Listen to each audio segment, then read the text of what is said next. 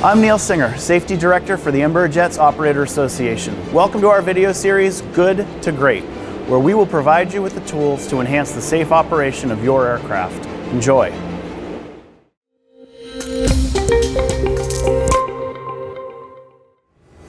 Let's look at a few avionics tips and tricks for situations that don't come up that frequently and make it that much more confusing to execute when you do need to.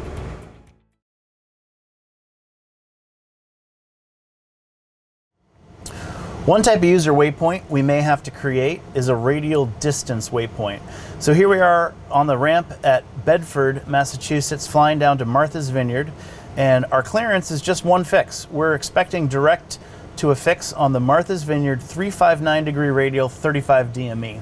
It's not a named waypoint, so we're going to have to create a user waypoint. With newer loads of the G3000, this is actually really simple. We can just type in MVY 359 slant 35 for 35 DME.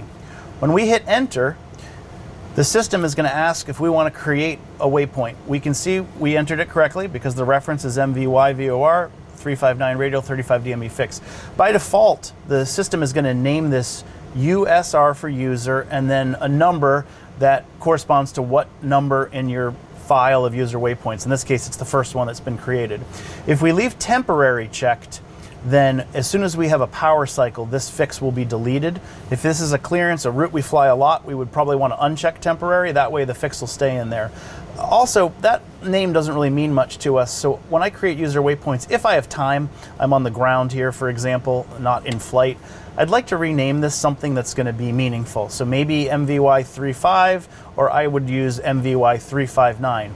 Because then when we create this fix, we'll actually see on our MFD, the point has been put in the proper spot, and the fix has been named MVY 359 in our flight plan and on the map, and it'll be really clear to us what that fix is.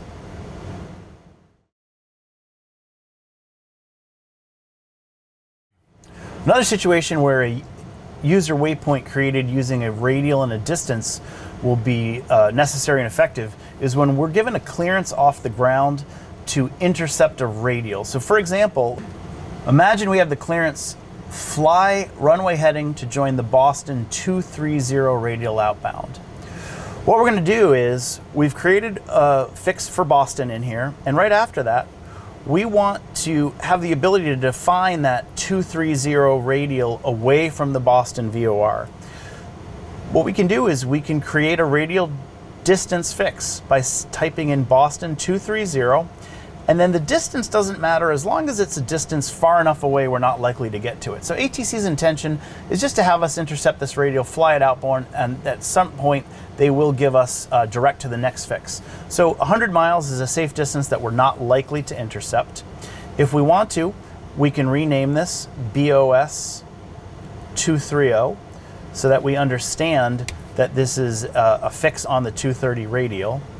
And then the final step is by activating the leg between Boston and the BOS 230 fix we just created. What we do now is we're defining the Boston 230 radial. So if we take off on a southerly heading, we intercept that course, that's doing exactly what ATC asked us to do. And this is really the preferred way to join a radial away from a VOR or a fix.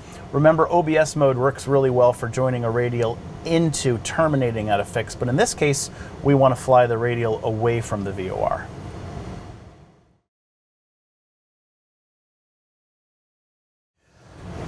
Second type of user waypoint that we'll use less frequently, but that can make it all the more confusing when we do have to do it, is a radial-radial waypoint. So we don't have a distance defined, but we do have two anchor waypoints and two radials known. So for example, a clearance that pilots sometimes get on the ground at Harrisburg, Pennsylvania, will receive a clearance after takeoff to join the Harrisburg 039 radial to intercept Tango 212, intercept an airway.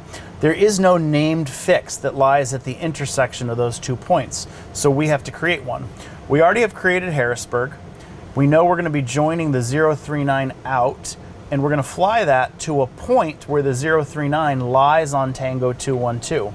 So what we're going to do is we're going to create a user waypoint by starting with HAR 039, since we know this lies on the Harrisburg 039 radial. And then we're going to have a slash, and we need another anchor and radial. In this case, what defines Tango 212? It's the Selinsgrove or SEG 078 radial. So by typing in SEG 078, when we hit enter and select, of course, the correct VOR, Selinsgrove, Pennsylvania, the system is going to automatically say, well, what you just entered was a radial-radial, and it's going to ask you to confirm this all. The 039 radial from Harrisburg and the 078 radial from Selinsgrove can only intersect at one point in space. We're going to rename this HAR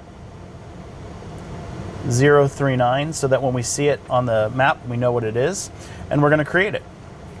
Now, if we activate the leg between Harrisburg and this fix, we can look on our MFD and we can see that the Harrisburg 039 radial is what our aircraft is set up to intercept. But we're not quite done. We now have this point, but we need to continue building our clearance on the rest of Tango 212. Now, the Garmin doesn't recognize this as a fix on Tango 212. Even though it does lie on the airway, it's not a named fix on the airway, so we have to add right after that the next fix in the direction we're flying. In this case would be Bless if we look at our low altitude chart. And then from Bless, we could continue building our clearance in the normal manner by just loading the airway. We don't have to enter waypoints one by one.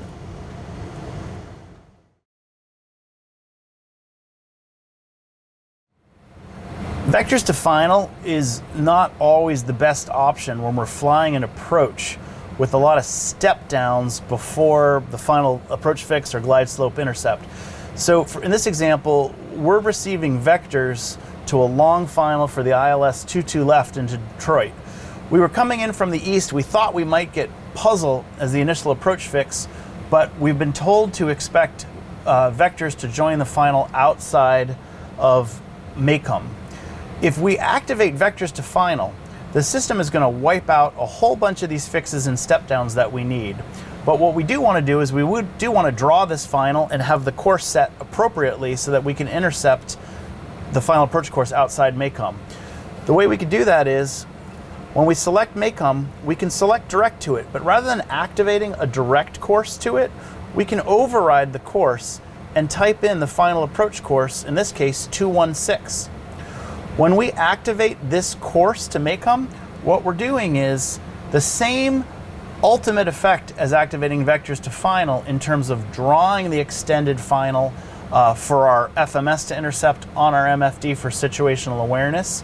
But what we've done is we've preserved all of the fixes between Macomb and the final approach fix, so that should we need to do VNAV step downs, should we be cleared for the approach with the intention that we're flying these step downs, we still preserve our ability to do that. Thank you for joining us, and a special thank you to ECTS for the generous donation of the simulator time and staffing that makes these videos possible. Fly safely and look for more videos soon. And if there's a topic you'd like to see us cover, please send an email to safety@ejoa.aero.